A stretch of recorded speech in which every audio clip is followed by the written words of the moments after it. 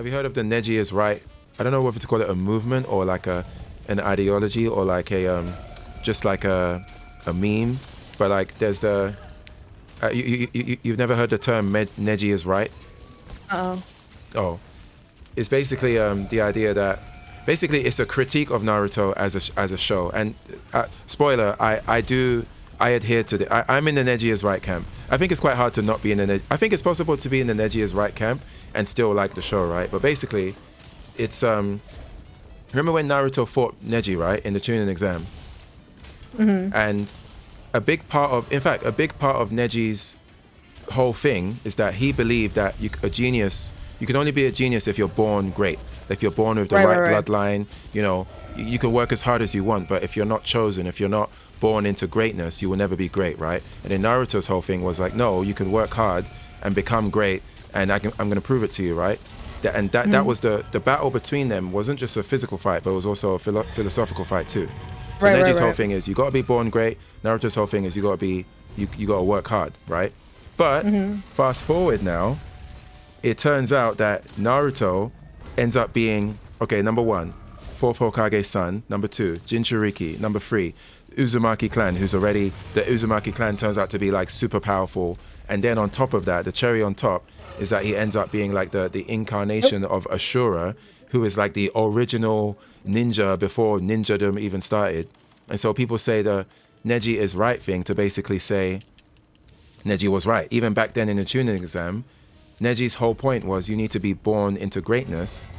But back then during the Chunin exam, we didn't know what we know about Naruto now. Naruto was just the boy with the Jinchuriki, right? But then it turned out that everything that Neji was talking about, Naruto was. And so people are like, well, I see. Yeah, it's kind of like a contradiction. Like Neji, yeah, that's why they say Neji is right, basically. It's not really a way to like shit on the show. It's just like a funny analysis of how that played out. I mean, okay, I can see that being I could see that being right for maybe Naruto's case, but I don't know if I agree with that as a blanket statement. Oh, of course, yeah. But the grand irony is that what Neji was saying he was applied actually to great, Naruto. right? Yeah. It's like, what the fuck? Yeah, like I mean, it's kind of hard though, because like Neji might have been born into a good family, but he also had the family to teach him the ways of being great. Whereas Naruto, even though he was born into it, he actually did have to learn a lot of the things on his own, because he didn't have anybody, True. right? So he did have to put in the work. So I think that goes to, there's a lot of people that end up mediocre even being given the chance of being born into a good family. So I don't know, man. But I think another thing that makes it more interesting to analyze is that the reason why Neji felt that way is because remember he was born into the slave side of the Hyuga, right? So his point that's true. His point was that my destiny was decided at birth.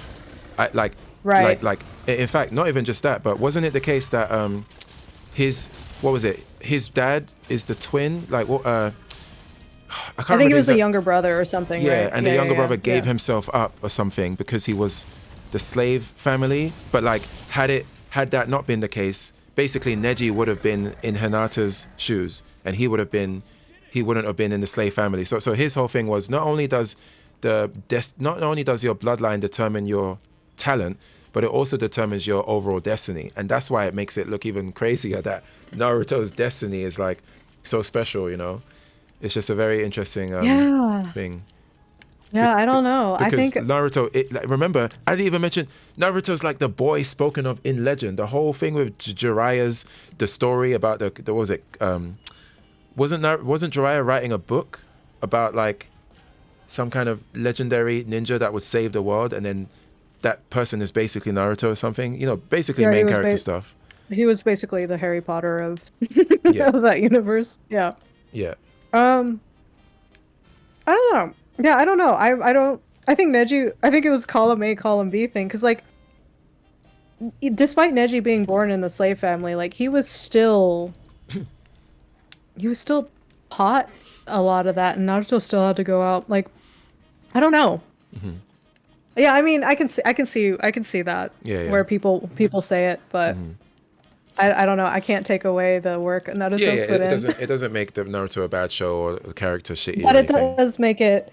It is almost like a Neji is kind of predicting the future Yeah. of yeah, I see that. What? The reason why it's interesting to me is because I would like to, if I ever had a conversation with Kishimoto, I would love to know. I want to know? Did you not know after you did the Chunin exam, and then as the story went on, and as you started to write more and more of Naruto's who he really is, did you not? I would want to know if he was aware that the more special you make Naruto, you're giving life to Neji's critique. Like I would just like to know if he knew that. Like, did he not know that, or did he know but he didn't care? Or because normally when somebody in anime or stories, if somebody's like, your destiny is what matters, if you're not born, like if that's one person's philosophy, usually the goal of the main character is to undo that, is to show that no, it doesn't matter, and I'm going to prove to you. That usually is how it breaks down, right? But then it turns out that, right. well, no, you're the chosen one 5 times over. Like, for 5 different reasons, you're the chosen one. Bro, fucking guy Sensei did 8 gates, and then Naruto brought him back to life. And throughout the entire series, we were told, when you go 8 gates, you will die. You will die. And then Naruto's like, no, I'm the main character. You know, it just reactivated his heartbeat. It definitely makes Naruto seem like a hypocrite. I mean, I don't know if Naruto is a hypocrite, but I mean, because like he didn't know. I feel like he can't be a hypocrite when he doesn't know what. He doesn't know. He's not a hypocrite. Yeah. I think it's more of a narrative. It's like a more narrative hypocrisy rather than Naruto himself being a hypocritical. Because even back then, Naruto didn't know he was special. Of course, he would say, in response to Neji, of course Naruto would say, no, you don't need to be special, because Naruto didn't, at that time, he didn't know he was the son of the fourth. Yeah. All he knew is that he's got the Jinchuriki, that's it. He didn't know that the Uzumaki name is a big deal clan. You know, he didn't know he was an incarnation of Ashura. So it's more of a narrative thing where it's like the narrative contradicts it rather than Naruto as a person.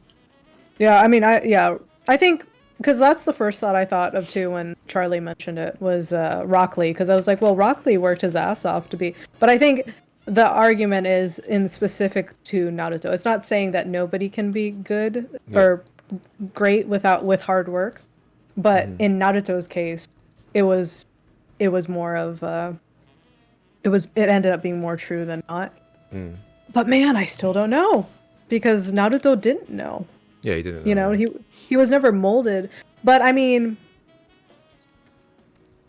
maybe him being who he is did end up bringing more stronger teachers and sages into his life, sure, like Jiraiya. Yeah. Like even him being the Jinchuriki of the 9 tails, like the strongest of the Biju, right? Like that plays into it too. I mean, obviously some of this is just, he is the main character, so of course he needs to have something special about him.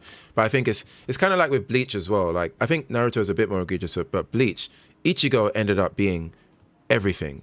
He is special. He is a Hollow. He's a Shinigami. He's a Quincy, and then maybe some other 4th thing that I forgot about. And so sometimes I think anime protagonists, at least with shonen, sometimes they lean a bit too hard into they are special. And one day I would like to see a good shonen that has a main character that isn't the chosen, destined one, but is able to make great change and do great things. Because sometimes I wonder, what are we saying about society when, like, a lot of our heroes in anime anyway are the most special of the most special people? Like, sometimes I wonder what is the social outcome, or what are we saying about life, you know?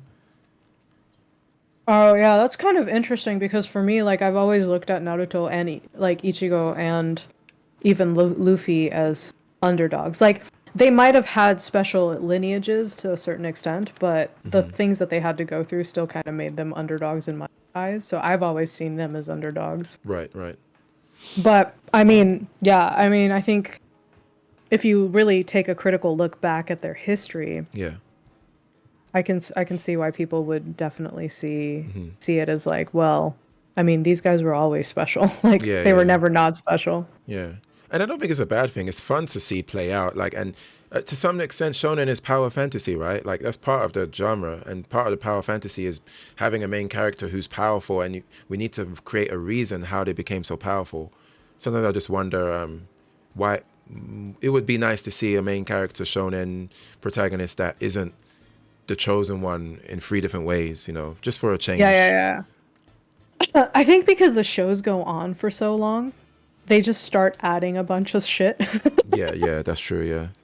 Like, I feel like when Kishimoto came out with Naruto, I don't know if the storyline was flushed out. I think it was more that they flushed it out as it went, For so they sure, just yeah. kept adding stuff, Yeah. which ended up being detrimental, I think, to their Yeah. storyline and what they were trying to prove, Yeah. you know? Which is a symptom of the genre. Like most shonen ongoing shonen jump series they do that. Like they write a lot of stuff, but they can't like Oda is not apparently Oda has said that he always knows how One Piece is going to end, but Uh-huh.